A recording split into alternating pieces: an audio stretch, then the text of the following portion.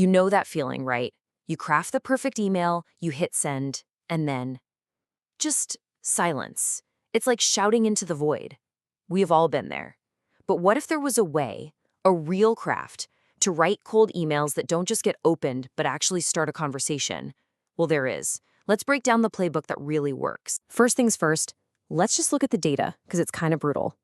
The industry average reply rate for a cold email is less than 1%. Yeah, that tiny little bar on the left, that's the void we were just talking about. But now, look at the bar next to it. Emails that use this one simple strategy, show me you know me, can get up to a 20% reply rate. That's not just a little better, that's a whole different universe. So, how do you get into that universe? It all starts with understanding what you're up against. On the left, you've got the typical inbox. It's just a sea of blah. Generic, forgettable subject lines that are all basically saying the same thing. I'm a stranger and I want your time. But on the right, you have something else. It's weird, it's specific, and it's the key to this whole thing. The goal isn't just to land in their inbox, it's to be that one email they literally can't ignore. And that brings us to the first battleground, the subject line. This is it. This is where you win or lose the attention game in about 3 seconds. It's absolutely make or break. Okay, so let's look at a real-world example from Sales Guru's Sam McKenna. The subject line was, Switzerland plus lip cheeseburger plus company name. I know, your first reaction is probably, what? It's not just personal, it's bizarre. I mean, seriously, does that make any sense to you at all? If you're looking at that and thinking, nope, not a clue, you're exactly right. And that's the whole point. It shouldn't make sense to you or me. It was written for an audience of one. So here's the backstory. The exec was from Switzerland, and he was constantly posting on social media about his favorite cheeseburger from a place nicknamed Lip. This subject line showed in an instant that the sender had done their homework. The result? A reply in under 10 hours. That's the power we're talking about. So, how do you find your own cheeseburger? Well, here are a few pro tips. Use the plus sign to break up text. It just looks different and makes people curious.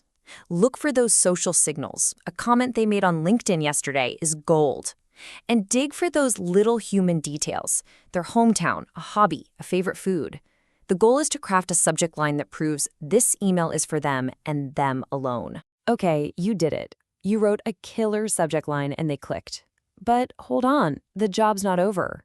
Remember, that subject line and your very first sentence get smashed together to create the preview text they see in their inbox. It's a 1-2 punch. So what do you say first? You've actually got a couple of great options here. On the left, you can go with a more formal intro. Now, when you pair that with a hyper-personal subject line, a phrase like, we have yet to be properly introduced, creates this intrigue. It makes them think, wait, should we have been? Or on the right, you can just go straight for the direct connection. You did the research, so use it. Mentioning their dog, Sprinkles, that's not creepy, it's authentic. It shows you're a human talking to another human. Now we're in the body of the email. And this is where so many potentially great emails just die. You have to understand your value isn't a list of your company's features. That's a marketing brochure. Your value is showing you understand the specific problem they're trying to solve right now. A really simple but powerful way to structure this is the PPC formula from Alex Berman. Pain, partial solution, call to action. It works like this. You start with their pain point. Hey, I saw your company is spending a ton of money sponsoring Clutch. Then you immediately give them a partial solution for free. Quick tip, if you just tweak your profile's wording every day, you can actually rank higher for free. You've just provided value. Now, the call to action is easy. I've got 3 other ideas just like that if you're interested in hearing them. And, this goes against everything we've been told, right? Keep emails short, short, short. But Sam McKenna argues that sometimes longer is actually better. Why? Because you have to prove to them that a meeting with you won't be a waste of time. You have to get around their biggest objection. Is this actually relevant to me? Before they even have a chance to think it. So, we've made it to the end of the email, the close, the call to action, the ask. This is the final hurdle, and it's where a fantastic email can just completely fall apart with one pushy or awkward sentence. So let's just get these out of the way. These are the traps you've got to avoid. Dropping your calendar link right away? It's a little arrogant and it makes them do all the work. Asking, "Are you free tomorrow at 2?" just gives them an easy out. They can just say no. And weak asks like, "Want to have a chat?" are just so easy to ignore. All of these create friction. The goal is to be completely frictionless. So what's a good ask look like? Something like this. Do you have time over the next week or two? That's a nice, wide, flexible window. And let me know what works for you. Puts them in control. But, and this is key, it keeps the ball in your court to send the invite. It's confident, it's respectful, and it makes it super easy for them to say yes. So when you pull all of these pieces together, you realize that cold email today, it's just not a numbers game anymore. It's not about volume. It's a game of craft, it's a game of research, and most of all, it's a game of respect.